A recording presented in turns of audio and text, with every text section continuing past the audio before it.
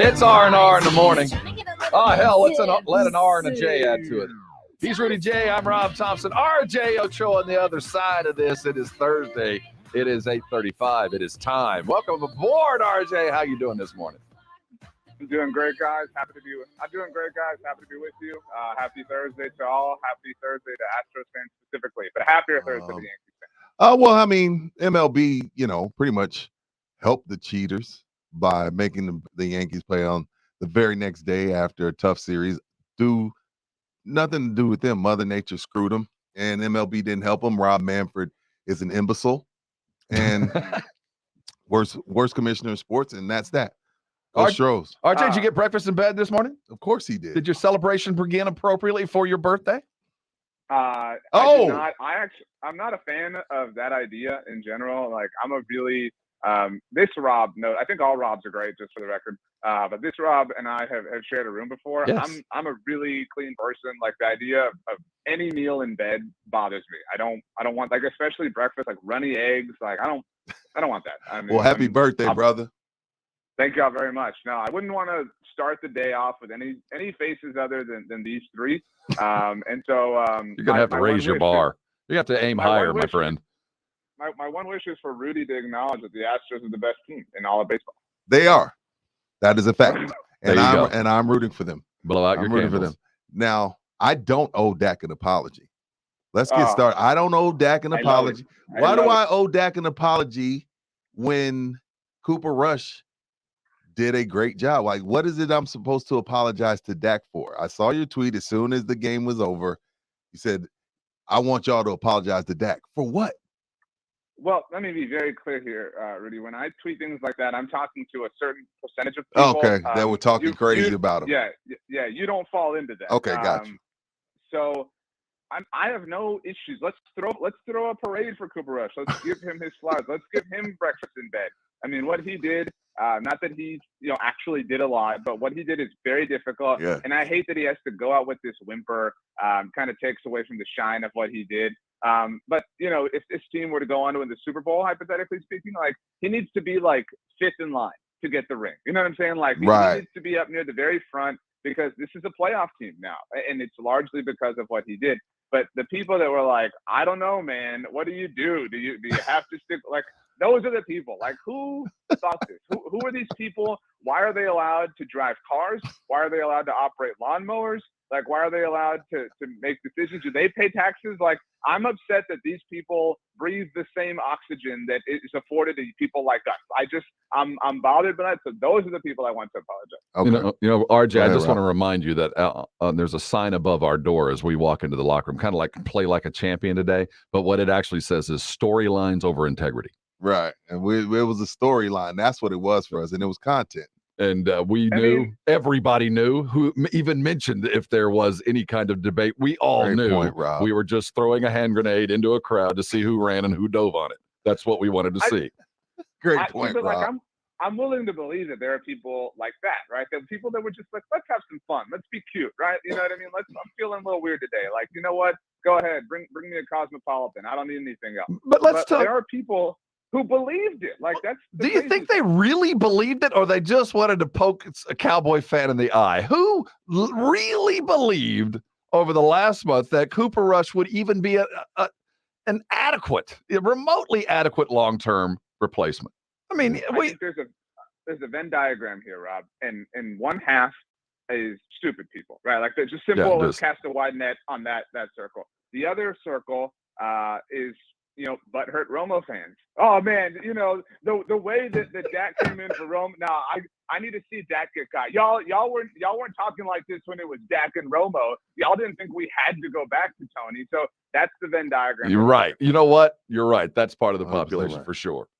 And now these are a good couple of games when you got Detroit and the Bears to kind of knock the rust off, if there's going to be rust. Because my thing is, like I said, if he goes for 320 and 2 touchdowns, that's gravy.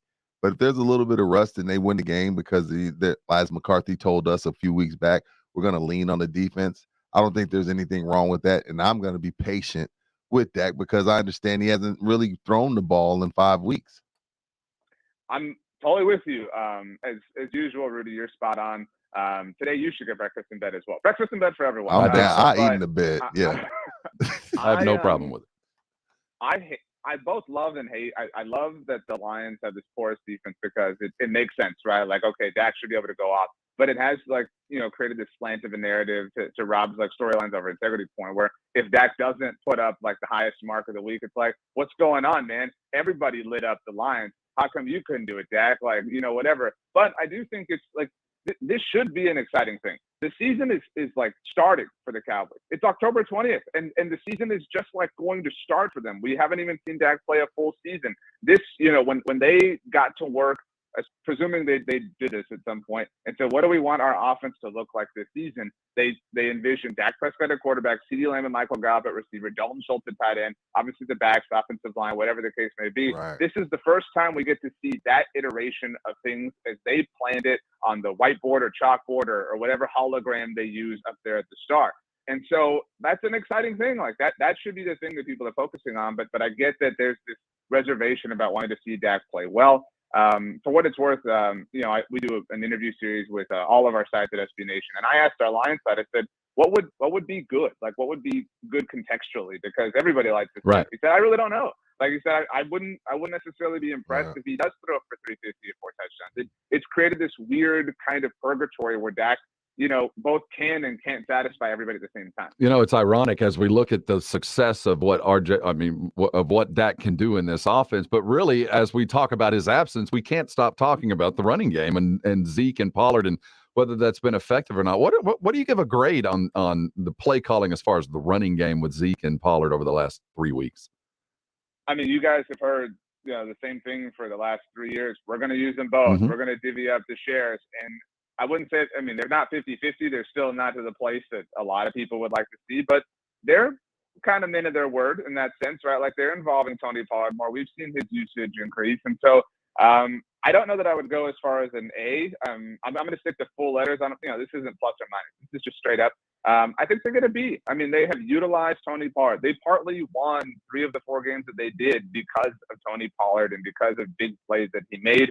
It's clear that they identify that he is a valuable piece of this offense. I'm very interested to see because we haven't, okay, so respect, Cowboys. We're buying this. You showed us. We're willing to believe you're going to use Tony Pollard.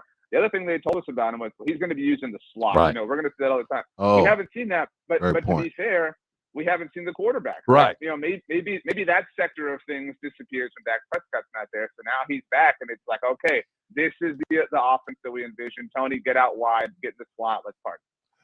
You know what? That makes a great point.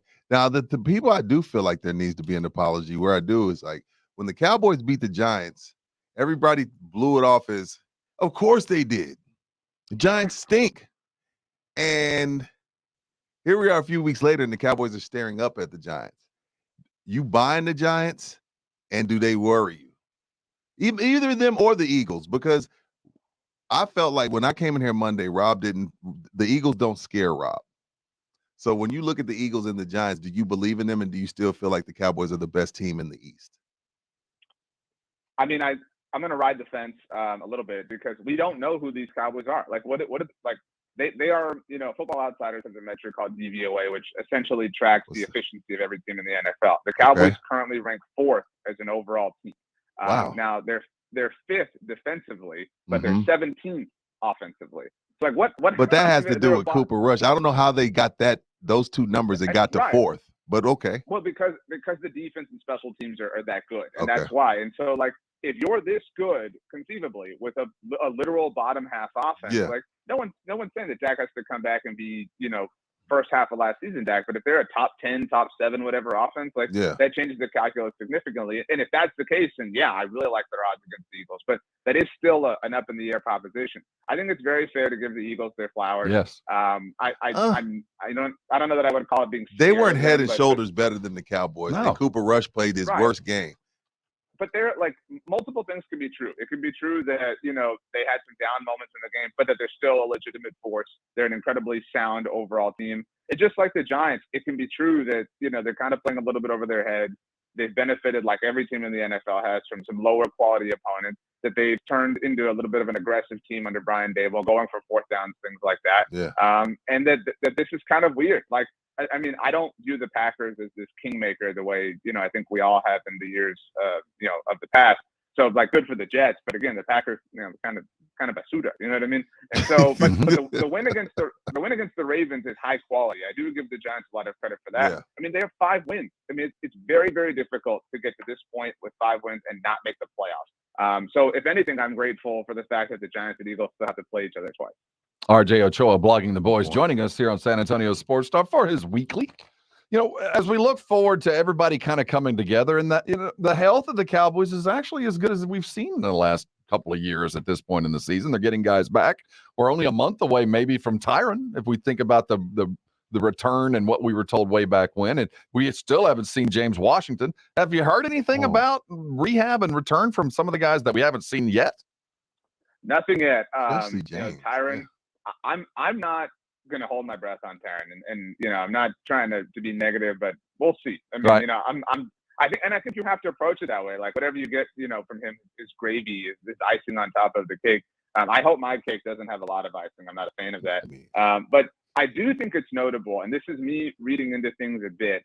I really don't know if James Washington traveled for any of the road games prior to Sunday, but he did travel to Philadelphia. Why? Why would you take him? I mean, like, I'm not trying to exclude James Washington, go be a part of team dinners and stuff, but he traveled specifically to work out with Dak ahead of the game.